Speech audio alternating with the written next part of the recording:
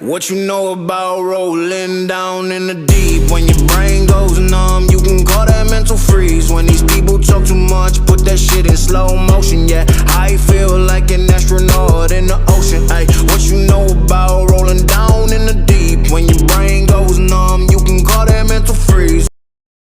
Seguimos con el capítulo 27. 27.6.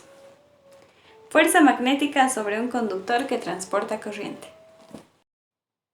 ¿Qué es lo que hace que funcione un motor eléctrico? Bueno, las fuerzas que hacen que gire son las que ejercen un campo magnético sobre un conductor que lleva corriente. Las fuerzas magnéticas sobre las cargas en movimiento en el interior del conductor se transmiten al material conductor, en el cual el conjunto experimenta una fuerza distribuida en toda su longitud. El galvómetro o bobina móvil se emplean fuerzas magnéticas sobre conductores. Se puede calcular sobre un conductor que transporta corriente empleado con una fuerza magnética sobre una sola carga en movimiento. En la figura 27.5 podemos ver un segmento rectilíneo de un alambre conductor con una longitud L y una sección transversal A. La corriente va de abajo hacia arriba.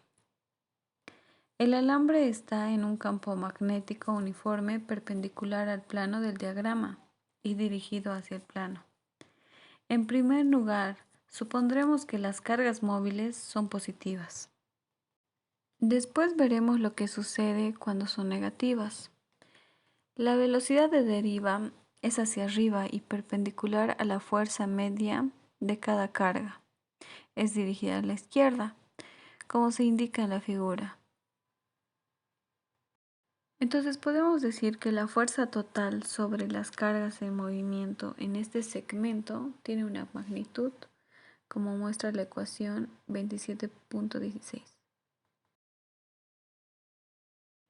A esta ecuación añadimos el término de densidad de corriente, por lo que nos queda la ecuación 27.17.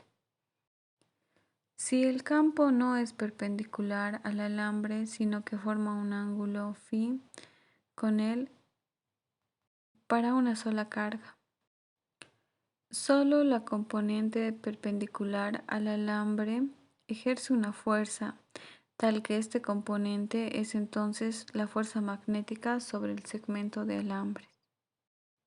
Tenemos la ecuación 27.18.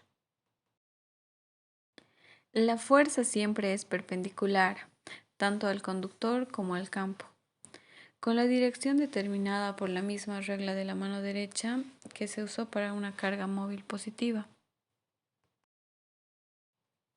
En esta figura podemos observar vectores de campo magnético, vector de longitud y fuerza para un alambre recto que transporta una corriente. Para el inciso B, se invierte el campo magnético y se invierte la dirección de la fuerza. Para el inciso C, se invierte la corriente y se invierte la dirección de la fuerza. Esta expresión se integra a lo largo del alambre para obtener la fuerza sobre un conductor de cualquier forma, como tenemos en la ecuación 27.20. La integral es una integral de línea. Recuerda que la corriente no es un vector. La dirección del flujo de corriente está descrito por I. Si el conductor es curvo, la corriente es la misma que todos los puntos de longitud y cambia de dirección de manera que siempre es tangente al conductor. Por último, ¿qué sucede cuando las cargas móviles son negativas, como electrones en un metal? Entonces podemos observar en la figura una corriente descendente que corresponde a una velocidad de deriva descendente. Pero como la carga ahora es negativa, la dirección de la fuerza es la misma que antes.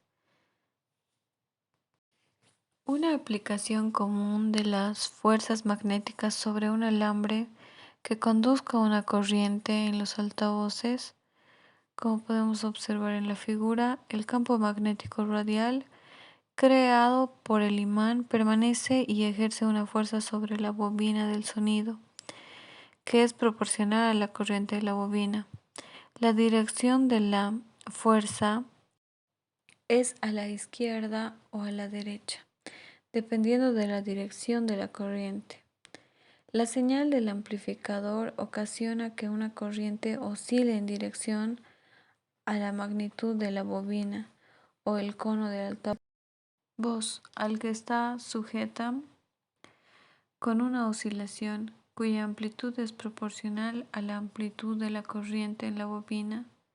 Al girar la perilla de un volumen de un amplificador aumenta la amplitud de la corriente y con ello las amplitudes oscilan del cono con una onda sonora producida por el móvil.